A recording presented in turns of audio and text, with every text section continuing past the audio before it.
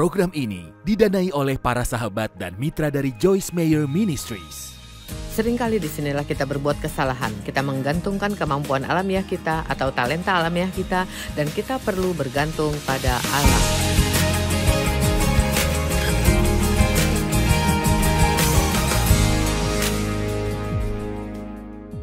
Terima kasih sudah bergabung hari ini di Menikmati Hidup Setiap Hari.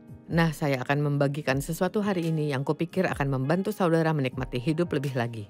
Saya ingin berbicara hari ini tentang keberanian dan keteguhan menjadi diri sendiri. Kadang ada begitu banyak tekanan menjadi orang lain atau seperti orang lain. Dan kupikir setiap kita sungguh ingin dikasihi dan diterima sebagaimana diri kita.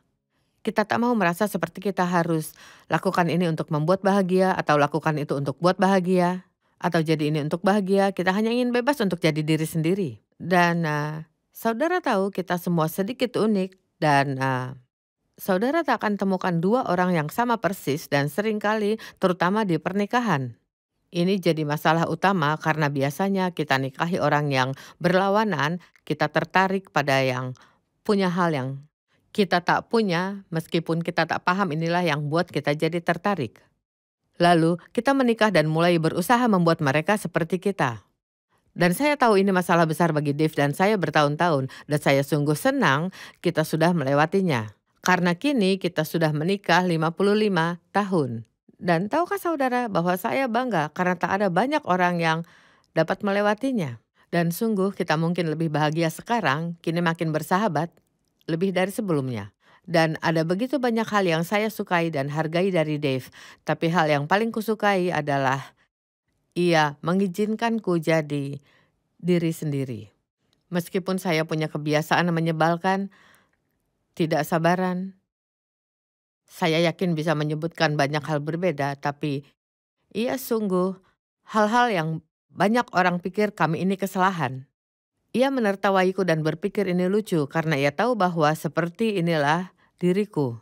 Tapi saudara tahu saya melalui periode dalam hidup, dan saya yakin sebagian besar saudara juga, di mana saya sungguh merasa tertekan untuk jadi seperti seseorang atau orang itu atau orang lain. Dan terkadang orang lain menekan kita, tapi kadang mereka tak harus menekan kita, kitalah yang menekan diri kita. Saudara tahu, sungguhlah penting saudara belajar menerima diri dan jadi diri sendiri, karena Allah tak akan membantumu jadi orang lain. Kita selalu katakan jadi diri sendiri, semua orang sudah jadi dirinya. Jadi banyak orang seringkali berusaha mengajak saudara berlaku dengan cara mereka. Nah, ini muncul dari kesombongan kita semua berpikir cara kita adalah selalu yang terbaik. Jadi kita selalu mencoba mendorong orang melakukan cara kita. Ya, mungkin saudara dapat ide hebat dari seseorang dan mungkin baik untuk katakan, ya saudara tahu ini ide yang baik, kupikir akan kucoba cara ini. Tapi jika tak berhasil bagimu, jika tak tepat bagimu, inilah cara yang perlu dilakukan. Lalu saudara perlu jadi berani dan cukup tangguh untuk katakan, saya hargai pendapatmu, dan saudara bisa katakan aku akan mendoakannya atau apapun, tapi saudara perlu punya keberanian untuk jadi diri sendiri. Saudara harus ambil kepemilikan hidup dan jadi dirimu, kasihi dirimu, jangan selalu coba jadi orang lain. Dalam 1 Samuel pasal 17 ayat 37-39, inilah kisah tentang Daud ketika hadapi Goliat. Saudara tahu kita punya raksasa dalam hidup dan kita berurusan dengan raksasa kita yang berbeda-beda. Dikatakan Tuhan, pertama-tama ia ingin melawan Goliat. Banyak orang lain takut untuk mencoba, tapi Daud punya hubungan khusus dengan Allah karena ia seorang gembala yang kecil, menghabiskan banyak waktu sendiri, menggembalai dan sendirian di malam hari dengan domba, dan saya yakin ia jadi lebih dan lebih dekat pada Allah saat itu. Jadi ada waktu di mana ia diserang oleh beruang dan ada waktu di mana ia diserang seekor singa. Dan Allah meluputkannya di kedua kejadian tersebut, jadi ia punya iman yang sungguh kuat, sungguh percaya Allah mampu melakukan hal-hal yang tampaknya seharusnya mustahil. Apakah saudara berani untuk percaya bahwa saudara bisa lakukan hal yang belum pernah dilakukan orang? Apakah saudara punya keberanian untuk percaya saudara bisa lakukan sesuatu yang tampaknya mustahil? Tapi saudara percaya ini sesuatu yang Allah minta saudara lakukan. Saudara tahu apapun yang Ia minta saudara lakukan, Ia membantu melakukannya. Saya merasa harus mengatakannya lagi karena ada seseorang atau beberapa orang yang diminta Allah lakukan sesuatu yang saudara tunda-tunda karena saudara tak percaya saudara bisa. Ya, saudara perlu menyadari Allah tak akan memintamu lakukan sesuatu tanpa memberimu kemampuan melakukannya. Saudara bisa lakukan apapun yang Allah minta. Jadi, tak ada yang berpikir Daud bisa kalahkan Goliat, terutama Raja Saul. Jadi Saul akhirnya setuju melepaskannya tapi Saul memakaikan Daud baju perangnya. Ia memakaikan Daud jubahnya. Ia memakaikan baju zirah dan ketopong tembaga di kepalanya. Dan dikatakan Daud mengikatkan pedangnya di luar baju perangnya. Kemudian ia berjalan berkeliling sebab belum pernah dicobanya. Saya tak bisa pakai ini, katanya pada Saul. Karena saya belum pernah coba, jadi ia melepaskannya. Saya suka ini. Ia punya keberanian untuk berdiri, saya yakin dengan hormat pada raja, dan katakan, ini takkan berhasil bagiku. Saya tak bisa lakukan, belum pernah mencoba. Ya, saudara tahu, jika saudara tahu kisah Daud dan Goliat, ia berakhir membunuh Goliat dengan ketapel. Ya, ini bukan cara yang normal untuk memerangi raksasa, tapi Daud sungguh bukan bergantung pada ketapel atau senjata lain, ia bergantung pada Allah. Seringkali disinilah kita berbuat kesalahan, kita menggantungkan kemampuan alamiah kita atau talenta alamiah kita. Kita perlu bergantung pada Allah, karena Allah dapat membuat saudara lakukan hal-hal yang tak terpikirkan untuk dilakukan. Bagi manusia hal itu tidak mungkin, tetapi bagi Allah segala sesuatu mungkin. Daud mengikatkan pedangnya di luar baju perangnya dan mencoba pakai, katanya saya tak bisa, jadi ia melepaskannya. Saudara tahu kita mungkin cenderung mempelajari pria dan wanita yang telah ada dahulu, saya tahu saya lakukan ini. Saya akan baca buku-buku tentang pendoa syafaat hebat, orang-orang yang kadang berdoa berhari-hari lamanya, sepanjang hari. Ada seorang pria bernama Riles Howells, saya baca buku tentangnya. Ada pria lain bernama Hyde, nama akhirnya HYDE. Dan mereka punya kehidupan doa yang luar biasa, menakjubkan, dan Allah telah beri mereka karunia. Tapi saya membaca buku-buku itu lalu berpikir, kau tahu saya perlu berdoa seperti demikian. Atau mungkin saya mau baca buku tentang mujizat dalam pelayanan Catherine Kuhlman, atau Amy Semple McPherson, atau Maria Woodworth Etter, dan berpikir, mengapa saya tak bisa bertindak seperti mereka? Kutanyakan sesuatu, pernahkah saudara merasa seharusnya mampu lakukan yang orang lain mampu? Ya, orang lain bisa jadi contoh baik bagi kita. Tapi hanya karena orang lain bisa lakukan sesuatu, bukan artinya kita bisa juga, dan kita perlu ingat. Saya ingin kalian paham, satu-satunya alasan mereka bisa lakukan yang mereka mampu adalah karena Allah telah mampukan mereka untuk lakukan. Kita tak perlu iri pada mereka. Kita bisa kagumi kemampuan mereka, tapi kita harus ingat mereka hanya bisa lakukan karena Allah. Allah telah memberi mereka karunia iman di area itu, dan mereka mampu lakukan segalanya dengan mudah, hal-hal yang tampaknya mustahil. Saudara bisa baca tentang iman Smith Wigglesworth. Saya baca banyak buku dari wanita bernama Madame Guyon, dan dia punya hubungan yang dekat sekali dengan Allah atau mempraktekkan kehadiran Allah oleh saudara Lawrence. Wah, ia bicara tentang bagaimana ia tak pernah izinkan lebih beberapa detik berlalu tanpa memikirkan Allah. Dan sudah kucoba dan mencoba begitu sering, dan ini tampaknya tidak berhasil bagiku. Dan saya tak percaya Allah menyuruh umatnya menulis buku agar kita jadi seperti mereka. Kupikir ini untuk semangati kita. Saya harus jadi diriku. Dan saudara jadi saudara. Saya bisa membaca martirnya Joan of Arc dan berpikir, bisakah saya lakukan? Akankah saya mau dibakar hidup-hidup jika harus? Saudara tahu berdiri di sini sekarang? Saya tak tahu, tapi saya harus percaya. Ini panggilan Allah bagiku, dan Ia akan memberiku anugerah untuk mampu melakukannya. Saya sungguh memohon padamu hari ini. Berhentilah mencoba jadi orang lain. Kukatakan orang lain bisa jadi teladan baik bagimu. Tapi saudara membawa diri kepada masalah berat saat mencoba menjadi diri mereka atau lakukan bagian mereka. Kuingat seorang gadis kecil mendatangiku dan berkata, "Kau tahu Joyce, ada pertemuan doa pagi-pagi di gerejaku dan," katanya, "kebanyakan teman saya pergi. Dan," katanya, "mereka terus memintaku datang, tapi saya tak merasakan di hatiku bahwa saya harus melakukannya." Dan katanya, "Yang sungguh ingin kulakukan adalah menjagai anak-anak mereka jika mereka pergi." Lihat, Allah memiliki segalanya terlindungi jika kita mendengarkannya. Ia menaruhkan di hatinya keinginan jaga anak-anak, dan Ia taruhkan di hati mereka untuk berdoa, tapi kami mencoba memintanya melakukan sebagaimana panggilan mereka. Dan saudara tahu ada dua sisi di sini. Kita ingin cukup berani menjadi diri kita, tapi kita juga perlu berhati-hati untuk tidak memaksa orang lain seperti kita. Jika kita ingin lakukan penuaian di satu area perlu menabur benih. Jadi biarkan orang lain jadi diri mereka, doronglah mereka jadi diri mereka, maka saudara akan melakukan penuaian dengan penuh harap dan doa dengan teman-teman yang akan mengasihimu dan menerimamu apa adanya. Saya jadi diriku, saudara jadi dirimu. Daud tak akan mengalahkan Goliat jika ia lakukan dengan cara Saul. Dan ia tak akan pernah jadi raja jika ia tidak tegas saat itu. Kupikir ada begitu banyak hal hebat, begitu banyak rencana hebat Allah bagi setiap kita. Tapi saudara tahu kita semua diuji sepanjang jalan. Dan kadang kita tak lulus ujian-ujian itu, jadi Allah tak bisa promosikan kita. Ini tidak beda dengan berada di sekolah, saudara harus lulus ujian di satu tingkatan sebelum masuk tingkatan lain. Dan Allah punya hal-hal tersedia bagi kita, tapi kita harus mampu lakukan hal-hal sebagaimana Ia ingin kita melakukannya. Ketika Allah panggil Yosua gantikan Musa, bayangkanlah.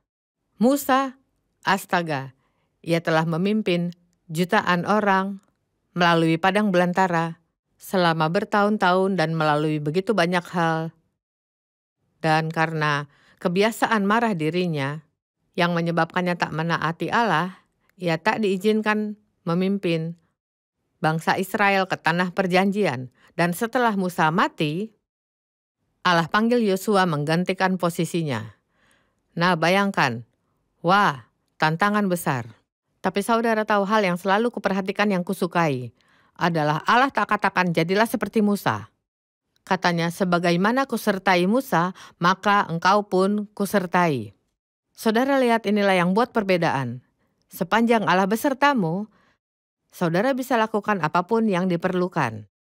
Sekali lagi, kutegaskan pernyataan ini. Ia tak katakan, Yosua, aku ingin kau ambil posisi Musa. Aku ingin kamu ingat persis bagaimana Musa memimpin dan aku ingin kau lakukan semuanya persis dengan cara sebelumnya. Ia tidak katakan itu semua. Katanya, aku akan besertamu sebagaimana kusertai Musa. Tahukah saudara, jika Allah beserta kita, Ia akan pimpin kita selangkah demi selangkah dan menunjukkan yang perlu dilakukan. Saudara tahu Allah beritahu Yosua tak akan ada yang bisa melawanmu di hari-hari hidupmu. Sebagaimana dengan Musa, aku pun bersamamu, aku tak akan pernah meninggalkan engkau. Saudara tahu sering kupikirkan janji itu bahwa Allah katakan Ia tak akan pernah meninggalkan kita. Dan meskipun saudara tak selalu merasakan hadiratnya atau terus merasa Ia bersamamu, saudara harus percaya janji penyertaannya. Ia katakan Ia tak akan pernah tinggalkan kita. Saudara tahu karunia Allah bervariasi tergantung kehendaknya. Ia memberi kita semua karunia, tapi kita tak bisa memilih yang mana. Saudara tahu, saya senang sekali jika bisa bernyanyi atau memainkan instrumen musik, tapi tak satu pun saya bisa. Saat bernyanyi mereka selalu matikan mic saya, karena suaraku jelek, entahlah. Kupikir saya nyanyi dalam nada-nada yang tak dikenal manusia. Tapi saya bisa mengajar dan berkhotbah dan ini karunia milikku. Dan Alkitab menceritakan karunia berbeda di Roma 12 ayat 4-8. Dikatakan sama seperti tubuh kita banyak anggotanya, anggota-anggota ini tidak berfungsi sama. Ia memberi contoh tubuh kita. Saya punya tangan yang lakukan sesuatu dan kaki yang lakukan hal lain. Saya tidak berjalan dengan tangan dan tak mencoba gunakan kaki untuk ambil sesuatu. Dan kadang memikirkan ini, terpikir betapa bodohnya hal itu. Ini membantu kita memahami betapa bodohnya kita untuk mencoba lakukan yang Allah sudah karuniai bagi orang lain. Saudara tak perlu merasa lebih rendah dari sesama karena tak mampu bertindak seperti mereka atau menjadi iri pada mereka karena mereka bisa lakukan yang saudara tak bisa. Apapun karunia yang Allah tempatkan di orang lain, Ia tempatkan dalam mereka agar saudara menikmatinya. Sering kukatakan ini, Allah memberiku karunia mengajar. Dan ya, saya nikmati mengajar, tapi bagiku ini kerja, ini pekerjaan. Saudara duduk di pertemuan atau duduk menonton program TV dan saudara bisa nikmati karunia saya. Allah tempatkan karunia di dalamku bagimu dan Ia taruhkan karunia bagiku di dalammu. Tolong jangan jadi iri satu sama lain. Ini adalah ketidakdewasaan rohani dan Allah tak mau kita iri satu sama lain atau iri dengan orang lain. Demikian juga kita, walaupun banyak, adalah satu tubuh di dalam Kristus, tetapi kita masing-masing adalah anggota yang seorang terhadap yang lain. Saudara lakukan bagianmu, saya lakukan bagianku. Bersama-sama kita semua kita selesaikan ini. Tapi kita tidak dapat menyelesaikannya sendiri. Kita mempunyai karunia yang berbeda. Menurut kasih karunia yang dianugerahkan kepada kita, mari pakai mereka. Jika karuniamu bernubuat, maka bernubuat sesuai dengan imanmu. Jika melayani, layanilah. Jika mengajar, ajarilah. Saya suka ini karena dikatakan, lakukanlah karunia saudara. Dan jika sungguh ingin mendorong dirimu melakukan dan berfokus padanya dan mempelajarinya dan mempraktekannya, saudara akan jadi mahir dalam hal yang Allah sudah karuniakan padamu. Tapi jika habiskan waktumu mencoba mahir pada hal yang bukan karuniamu, saudara tak akan pernah mahir melakukannya. Saudara tak akan berakhir jadi mahir melakukan panggilan saudara juga karena saudara tak habiskan waktu melakukannya. Jika karuniamu mengajar, mengajarlah. Jika untuk menyemangati, lakukanlah. Maksudku, saya tahu ada orang-orang yang kita jauhi setelah 5 detik karena mereka tidak menguatkanmu. Saudara tahu saya belajar untuk berbelas kasih, tapi ini bukan karunia alamiah saya. Karunia alamiah saya bukan belas kasih, tapi saya belajar berbelas kasih. Jika karunia untuk memberi, maka berilah. Nah, itu satu karunia milikku. Saudara bisa tarik ke belakang ke masa kecilku bagaimana saya selalu senang memberi kejutan dan memberi sesuatu. Saya selalu bisa bicara dengan baik sehingga diriku dimengerti. Saya bercanda berkata saat di sekolah menengah. Bahkan jika saya tak tahu banyak tentang sesuatu, saya bisa menulis banyak dan bicara banyak tentangnya. Hingga guruku berpikir saya jenius melakukannya dan mereka akan memberiku nilai bagus. Jadi saya seorang komunikator. Saya pemberi, juga pemimpin. Saya punya karunia kepemimpinan. Tapi saya tak punya karunia lainnya. Dan butuh waktu lama agar saya puas dengan itu. Tapi saya sungguh ingin saudara puas dengan diri sendiri. Saya ingin saudara menghargai diri. Saya ingin saudara hargai dirimu yang Allah sudah ciptakan. Dan saya tak ingin saudara ada di bawah tekanan berusaha jadi pribadi yang salah. Atau berusaha menyenangkan orang. Berusaha lakukan yang semua orang lakukan. Jadi mereka menyukaimu dan menerimamu. Saudara tahu saudara tak bisa menyenangkan orang dan senangkan Allah. Dan Allah ingin kita menyenangkannya dan kita berharap orang disenangkan. Tapi jika mereka tidak, maka kita tak bisa kontrol. Saya suka Yohanes 3 ayat 23-28. Dikatakan akan tetapi Yohanes pun membaptis juga di Ainon dekat Salim. Sebab di situ banyak air dan orang-orang datang ke situ untuk dibaptis. Pada waktu itu Yohanes belum masuk ke dalam penjara. Maka timbullah perselisihan di antara murid-murid Yohanes dengan seorang Yahudi tentang penyucian. Dengar ini, lalu mereka datang kepada Yohanes dan berkata kepadanya, Rabi, orang yang bersama dengan engkau di seberang sungai Yordan dan mereka membicarakan Yesus, tentang dia engkau telah memberi kesaksian, lihat, ia membaptis dan semua mendatanginya. Ya, iri hati muncul. Mereka takut seseorang akan membaptis lebih banyak orang. Kuberitahu, orang Kristen bisa terganggu pada hal-hal paling bodoh. Kupikir ada, saudara tahu, terkadang saat seseorang menggembalai gereja dan seseorang mulai gereja baru yang tak jauh dari mereka.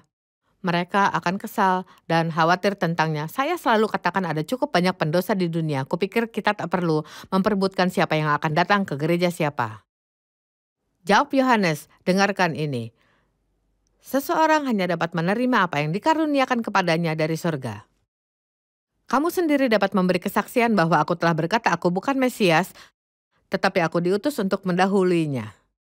Yohanes tahu ia bukan, sebagaimana tahu siapa dirinya.